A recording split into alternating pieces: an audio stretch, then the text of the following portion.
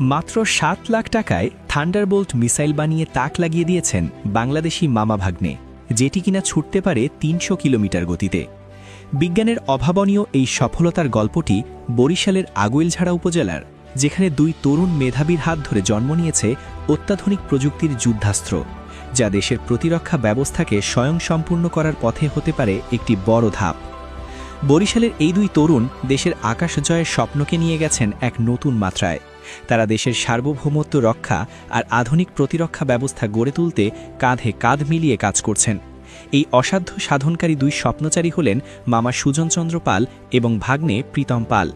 সুজন বর্তমানে বরিশাল বিশ্ববিদ্যালয়ে পদার্থবিজ্ঞান বিভাগে অধ্যয়নরত এবং প্রীতম ড্যাফোডিল ইন্টারন্যাশনাল ইউনিভার্সিটির কম্পিউটার সায়েন্সের শিক্ষার্থী। তাদের এই উদ্ভাবনের নাম দেয়া হয়েছে থান্ডারবোল্ট। এটি একটি অত্যাধুনিক গাইডেন্স সিস্টেম সম্পন্ন মিসাইল এবং রকেট। প্রীতম ও সুজনের দীর্ঘ ২ বছরের নিরলস পরিশ্রমের ফসল আজ সবার নজরে।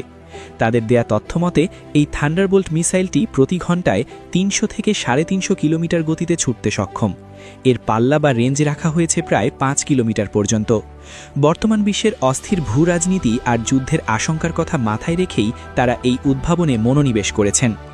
২০২২ সালে রোবোটিক্স নিয়ে কাজ শুরু করলেও তাদের মূল লক্ষ্য ছিল এমন কিছু করা যা দেশের সামরিক ও প্রতিরক্ষা ব্যবস্থায় কাজে আসবে।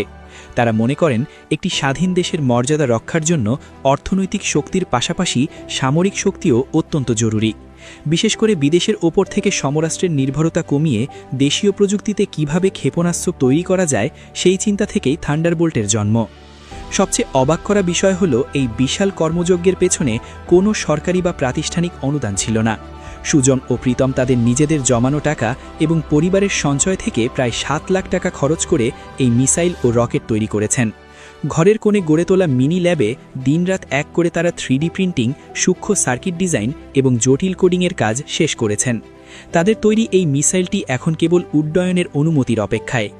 সুজন ও প্রীতমের এই কাজে তাদের পরিবার যেমন সাহস জুগিয়েছে, তেমনি গর্বিত গোটা বরিশালবাসী।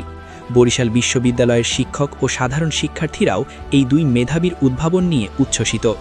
বিশ্ববিদ্যালয়ের শিক্ষকদের মতে চতুর্থ শিল্প বিপ্লবের এই যুগে বিজ্ঞান ও প্রযুক্তির উন্নয়ন ছাড়া একটি জাতি এগিয়ে যেতে পারে না। সুজন ও প্রীতমের এই প্রাথমিক পদক্ষেপ যদি রাষ্ট্রীয় পৃষ্ঠপোষকতা পায়, তবে এটি বাংলাদেশের ডিজিটাল প্রতিরক্ষা ব্যবস্থায় এক মাইল ফলক হিসেবে চিহ্নিত হবে। বর্তমানে এই দুই তরুণের দাবি কেবল একটি সুযোগের। তারা চান সরকার তাদের এই উদ্ভাবনটি পরীক্ষা করার অনুমতি দিক। রাষ্ট্রীয় নিরাপত্তা নিশ্চিত করতে এবং সমরাস্ত্র উৎপাদনে বাংলাদেশকে স্বাবলম্বী করতে তাদের মতো মেধাবীদের সঠিক মূল্যায়ন প্রয়োজন। তারা মনে করেন যথাযথ সুযোগ ও ফান্ডিং পেলে তারা এমন আরও অত্যাধুনিক প্রযুক্তি তৈরি করতে পারবেন যা বিদেশের উপর নির্ভরতা কমিয়ে দেশের সুরক্ষা নিশ্চিত করবে। মেধার এই মূল্যায়ন কিভাবে করবে রাষ্ট্র, এটি এখন সবার কাছে বড় প্রশ্ন। তবে সুজন ও প্রীতম থেমে থাকতে রাজি নন। তাদের তৈরি থান্ডারবোল্ট আজ বাংলাদেশের একজোড়া তরুণের আকাশ ছোঁয়ার অদম্য ইচ্ছার প্রতীক।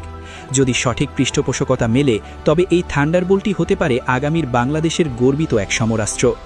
আকাশ সীমানা রক্ষা থেকে শুরু করে আধুনিক প্রতিরক্ষা ব্যবস্থার উদ্ভাবনে এই মামা ভাগ্নে যে সাহসিকতা দেখিয়েছেন, তা নিঃসন্দেহে প্রশংসার দাবি রাখে, বলছেন বিশ্লেষকরা।